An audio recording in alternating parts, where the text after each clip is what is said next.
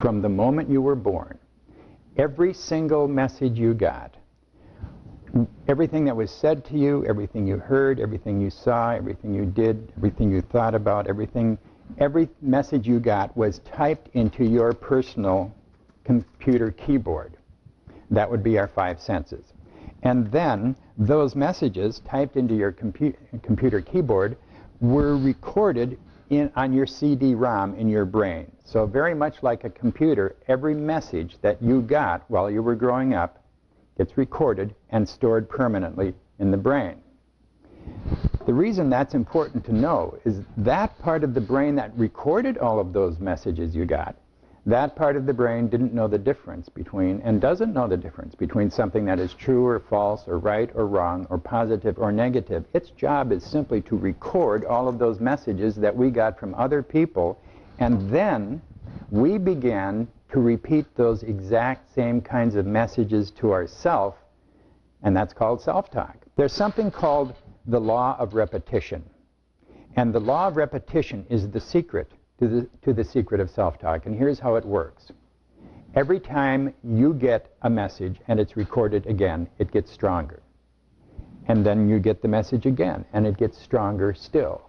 So that those minor pathways in our brain that are being created by us getting different messages from the people around us, when those messages get repeated by someone else, and then to ourselves with our own self-talk, those pathways become roadways, and then the roadways become highways, and some of those highways become interstate highways, and those are the major programs that govern our lives.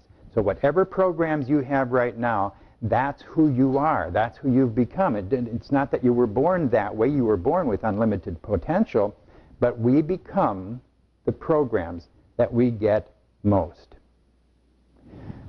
We all got programmed. I got programs. I remember one that I'll never forget that affected my entire life. It was my programs about weight. I used to weigh a great deal. And I tried every possible diet, and I said all of the wrong things to myself. And I thought this weight problem would never go away. I would try another diet. I actually got really good at dieting. But then the weight would always come back, and of course it would always bring its friends, and so I would fail at another diet.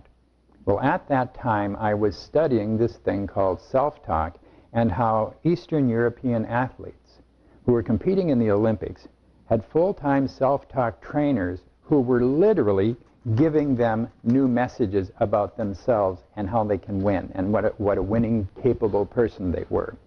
And I thought, if Olympic athletes can have full-time self-talk trainers to literally help them win gold medals, then what about the Olympics of weight loss, which was my problem? So I spent months writing brand new self-talk, and then had it recorded professionally in a recording studio. And I will never forget the day that I first got those new programs home, those self-talk cassettes. They were on cassettes in those days. And the first day I listened to them, I decided to play self-talk in the background. The sessions are only about 10 to 12 minutes in length. But I decided to play them while I was shaving each morning, and so that's what I did. Every morning I would shave and play the self-talk. Shave, play the self-talk. The next morning, shave and play the self-talk. And what happened was, during the next 10.5 weeks, I lost 38 pounds shaving and playing self-talk in the background. And this time, I wasn't on a diet. What was especially interesting to me was that during the same 10.5 weeks that I had been shaving every morning and losing the 38 pounds, during the same 10.5 weeks, my wife, who was putting on her makeup at the other end of the same mirror each morning, lost 25 pounds eavesdropping on my self-talk. That was a number of years ago. As a matter of fact, that was over 20 years ago. I've never been on a diet since. I never will be. And it was self-talk. I changed the problem. I changed the programs that had caused the problem in the first place. And since that time, because of that, I have written literally hundreds of self-talk programs on every possible subject, and that's why, as I've said, there are thousands of people listening to self-talk all over the world every day. My favorite of all of the programs I've written is certainly the Lifetime Library, and that's because it's a library of self-talk. It has self-talk for every possible circumstance in life. And then, of course, there is self-talk for weight loss, which is, I know what happened to me and how well it worked for me. I've seen that happen now for a lot of many other people since that time. There are also outstanding self-talk programs for people in business, people who want to reach goals. And there are great self-talk programs for kids. I happen to personally believe that there is no home that should be without self-talk, the right kind of self-talk for children.